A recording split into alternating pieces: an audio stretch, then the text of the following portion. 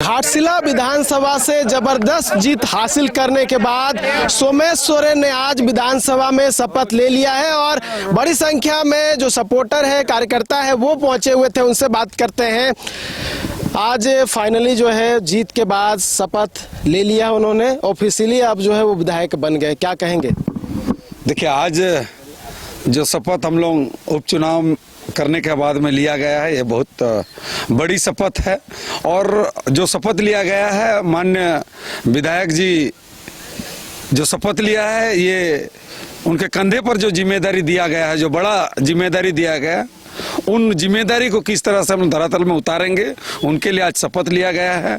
और ये निश्चित रूप से कह सकते हैं कि आज शपथ लेने के बाद कल से अपना जो एजेंडा है उसको विधानसभा में रखने का काम करेगा।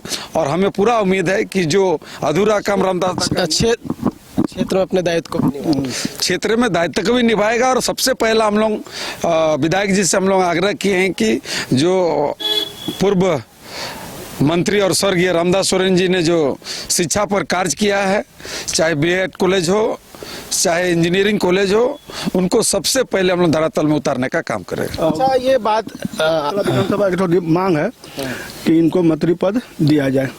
मैं वही उसी पे आ रहा था कि क्या लग रहा है आप लोगों को, मंत्रिमंडल में शामिल किया जाएगा? एक पद तो दिवंगत रामदास सोरेन के बाद जो है खाली है, क्या होना चाहिए?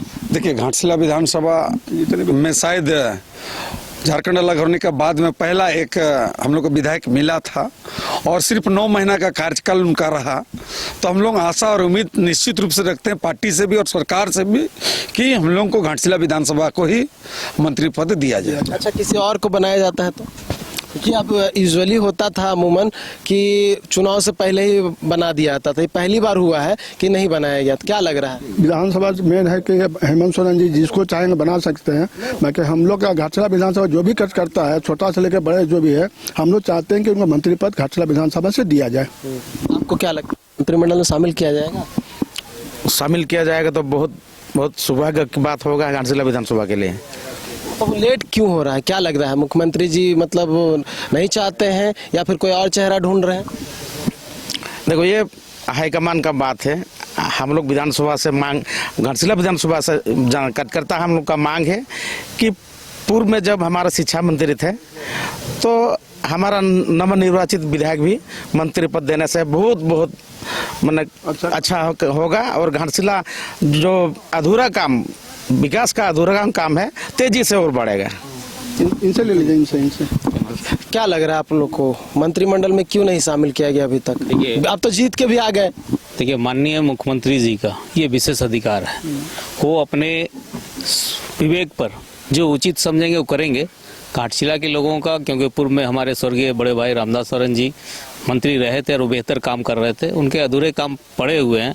जिन कामों का सपना उन्होंने पूरे झारखंड के लिए देखा था, संथाली यूनिवर्सिटी हमारे वहाँ थी, हमारे विधायक विकास, हमारे केवल ये के लिए नहीं, पूरे राज्य के लिए भी उन्होंने बहुत सारे 26,000 शिक्षकों की बहाली की बात थी।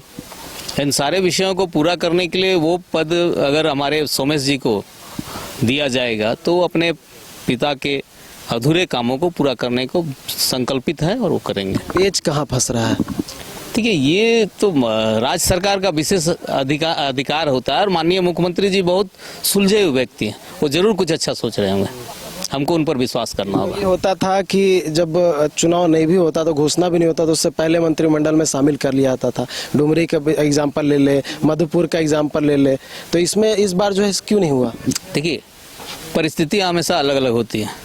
जरूर कुछ ऐसी परिस्थिति रही होगी जिस वजह से ये माननीय मुख्यमंत्री जी ने नई निर्णय लिया है, लेकिन उसके ना निर्णय लेने के बावजूद अभी 38,000 40,000 के आसपास का वोट से विजयी होना जरूर उनका निर्णय सही रहा। अब आगे का निर्णय भी उनका। लोग क्या चाहते हैं?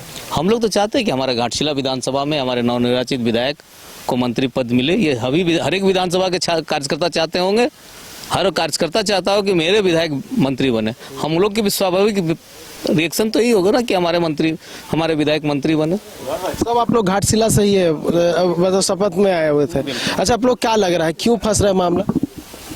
देखिए, दादा ने जिस तरह बोला वही बात है, वो फंसने और फंसाने की बात नहीं है। राज्य सरकार या मुख्यमंत्री कुछ बेहतर सोच रहे होंगे इसके लिए, इसीलिए जो है ना अभी तक देरी हो रहा है, यही पेंच है। आप लोग चाहते हैं कि मंत्रिमंडल में शामिल कर लिया जाए? हाँ, हम लोग चाहते हैं कि मंत्रिमंडल में शामिल किया जाए।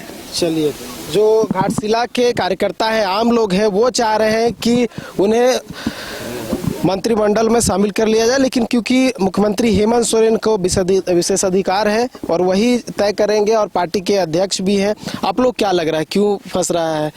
लंबा समय हो गया, अभी तक मंत्रिमंडल में शामिल नहीं किया गया और बातें भी उस तरह की निकल के सामने नहीं आ रही है। देखिए, ये तो राज्य के आदरणीय मुख्यमंत्री का विशेष अधिकार है और सबों का इच्छा है, क्योंकि पूर्व में भी हमारे शिक्षा मंत्री रामदास सोरेन जी रहे हैं और सबका इच्छा रहता है अपना विधानसभा क्षेत्र के कोई भी मंत्री रहे। तो हम लोग भी नवनिर्वाचित हमारे जो सोमेश भतीजा है, हम लोग भी चाह रहे हैं कि राज्य के आदरणीय मुख्यमंत्री उनको सम्मान दे ताकि वहाँ के जनता खुश रहे। यही हम लोग विशेष आग्रह करते हैं।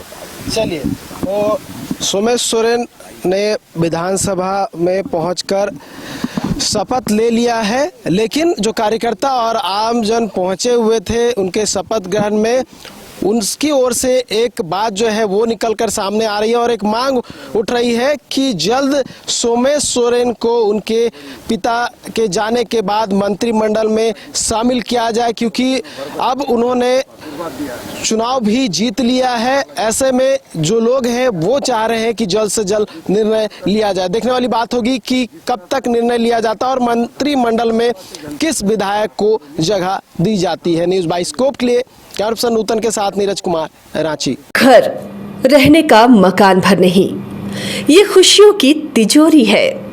दरवाजे पर दस्तक देता पड़ोस, खिड़कियों से उमड़ आता आसमां, तारों में उलझी ऐसी ना जाने कितनी दास्तां। कहती हैं चले डायमंड सिटी, एक सफर हम सफर के साथ अपने घर तक।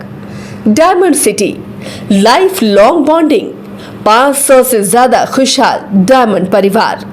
जल्दी करें, सिर्फ 200 फ्लैट बाकी। आज ही बुक करें अपना आशियाना।